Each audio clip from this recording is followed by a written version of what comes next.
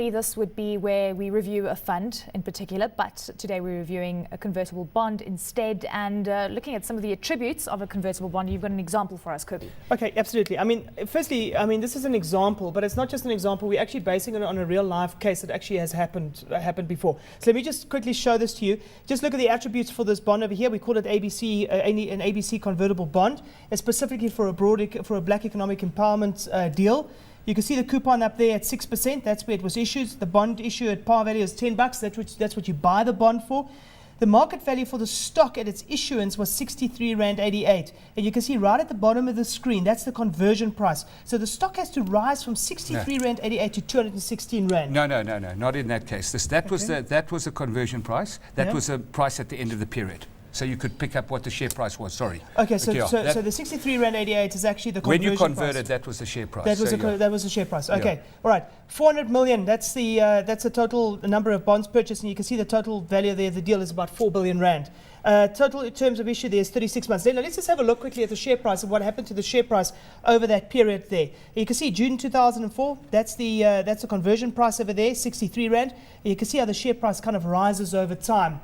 And let's just go and look quickly at what the payoff profile kind of looked like for that exact same period of time. So again, we start in June 2004 and we end over here in June 2007. And if you have a look at that chart that you're seeing there on your screen, you'll see what the conversion price kind of looks like. Now, just look at it from a total net cash flow perspective. You can see the total net cash flow perspective, right towards the end of the deal, you see a lot more cash flow kind of happening. You see also that from an internal rate of return perspective and also just from an ROI perspective, that's where most of the returns kind of happen within the space that you see over here. Less so on this side over here, where it's more towards inception kind of time to that. I mean, Simon, is that kind of how these things kind of work again? Well, obviously this was a bull run in the market between 2004 and 2006. So your timing has to be very good. Often you don't get timings like that.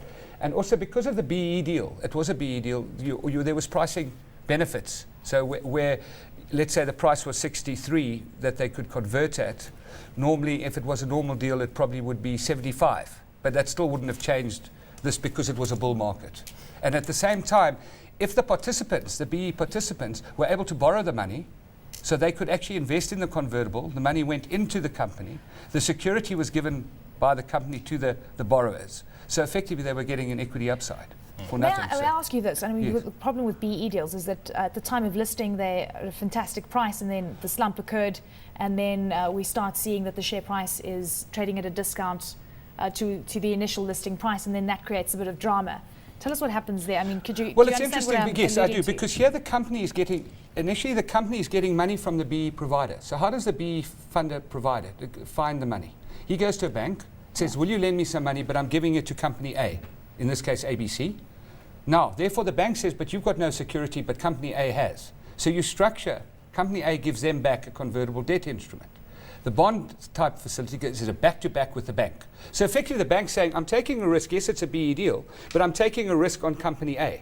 Because if the share price goes down, as you quite rightly say, the company A pays back the loan. So there's been, it's a loss of opportunity, yes. Okay, but so flat performance. Yes, correct. If however the share price increased in this case, the BE guys get the benefit of the upside without having to take the downside risk. Whereas if they bought the equity at that price, and if equity had gone down, then they would be out of the money and refinance it. So it's a very nice way of financing. So timing is key then? Right? Absolutely. Timing is key, and valuing these things is a bit tricky because it depends very much on the scenario you have, and that's why I said earlier on that interest rate sensitivity of these things is high. In other words, if interest rates are going to be low for longer and inflation and all of these kind of things will dramatically affect the value of this payoff. I mean, I think the other thing... But just one thing, you stop that by using a yield to maturity. So you have a yield in your bond. Okay. So what we're doing is putting coupons at prime.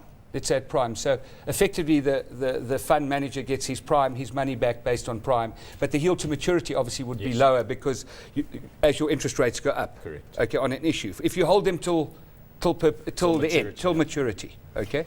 And then obviously if the share price drops and you've been buying them, if you're buying them at par, that's fine. But if you've now been selling, guys have been buying them from you during a high share price. It's downside. And they buy it then. Okay, now it's already been going for a year or two. Yep. They could get into serious trouble. I mean, I think the big issue here is, firstly, understanding them is quite tough. Hence my mistake I made just now. They're tough to understand. Number two, In order to utilize these within the pension fund space or within even the private client space, there needs to be some form of liquidity. Now you can see most of these deals are kind of done between different corporates. So these are corporates doing deals with corporates in order to facilitate either growth or a black economic empowerment deal or something. The question is, how do you create liquidity? And the immediate success for me in this space is somebody that creates liquidity around a whole bunch of instruments, which maybe lies in the unlisted space, but where a life company then provides kind of that liquidity. Which is what we're looking at until you get companies interested or pension funds interested in putting money into convertibles. You're not going to get any liquidity. Simon, what was the allowance prior to the 25% now allowance? You know, pension funds into unlisted guys debt didn't know where it fitted. They thought it would have been under the alternative. There was never even an allocation. Okay. So therefore, we had to go to the definition. Why such a large allocation though of 25%? It's not just to convert, to total debt. If you think about pension funds' requirement to debt, they've got a huge allowance to debt. This is just unlisted debt. It's just a part of debt. And what component is convertible bonds of unlisted? Depends on what the supply is. Correct, but absolutely, it depends. But there's nothing allocated to it at the moment. So what is the allocation? Because remember, the bond for, if the average of the fund that we're doing to try and get the 10 in what Cobie's wanting us to do, and then maybe list the fund so the guys have got liquidity, will only happen if there are a whole lot of pension funds who are interested in it and they want to play in that space. How many convertible bonds do we have right now in South Africa? We've got about number-wise. Locally listed 1, and internationally in the international space about 5 or 6, 7. One was done recently, the Steinhoff one. Quite big though. Steinhoff was done, the top 40 guys, but they get taken up immediately by the international market. I think it took them about 3 hours to raise the money internationally. But the foreign investors won't come into a local small cap, and those things. We're almost out of time. Roland, let's wrap up things from you. Would you invest in convertible bonds? I think they're a very important component of a well-diversified portfolio. I think they're the perfect solution for Greece's debt problems as well, because they can give us upside on the Greek economy, on the tourism, and investors can have downside protection. You think that's the big issue, hey? Not austerity, just convertible bonds. That's interesting. Right. All right, I mean, again, I've raised liquidity issues. I like the instrument. I think it's a great asset class. I think it's a completely separate asset class to what a normal bond does, because its attributes and the way in which it operates will be completely different.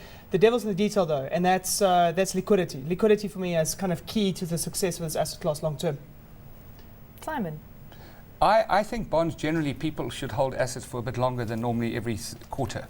And therefore, you need to look at your long-term returns, which means that maybe liquidity there is a price for liquidity. Tell us what you do. Are you in?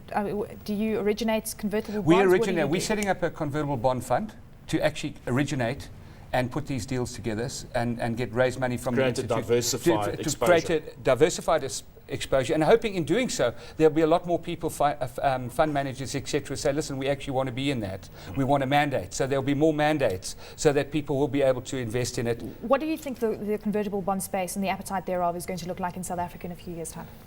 Well, I think we would have, hopefully, it will be similar to the international markets, where your hedge funds start buying them, because hedge funds love convertible bonds. It must be a good instrument for hedge funds. It must be. It's a wonderful instrument for them. Absolutely.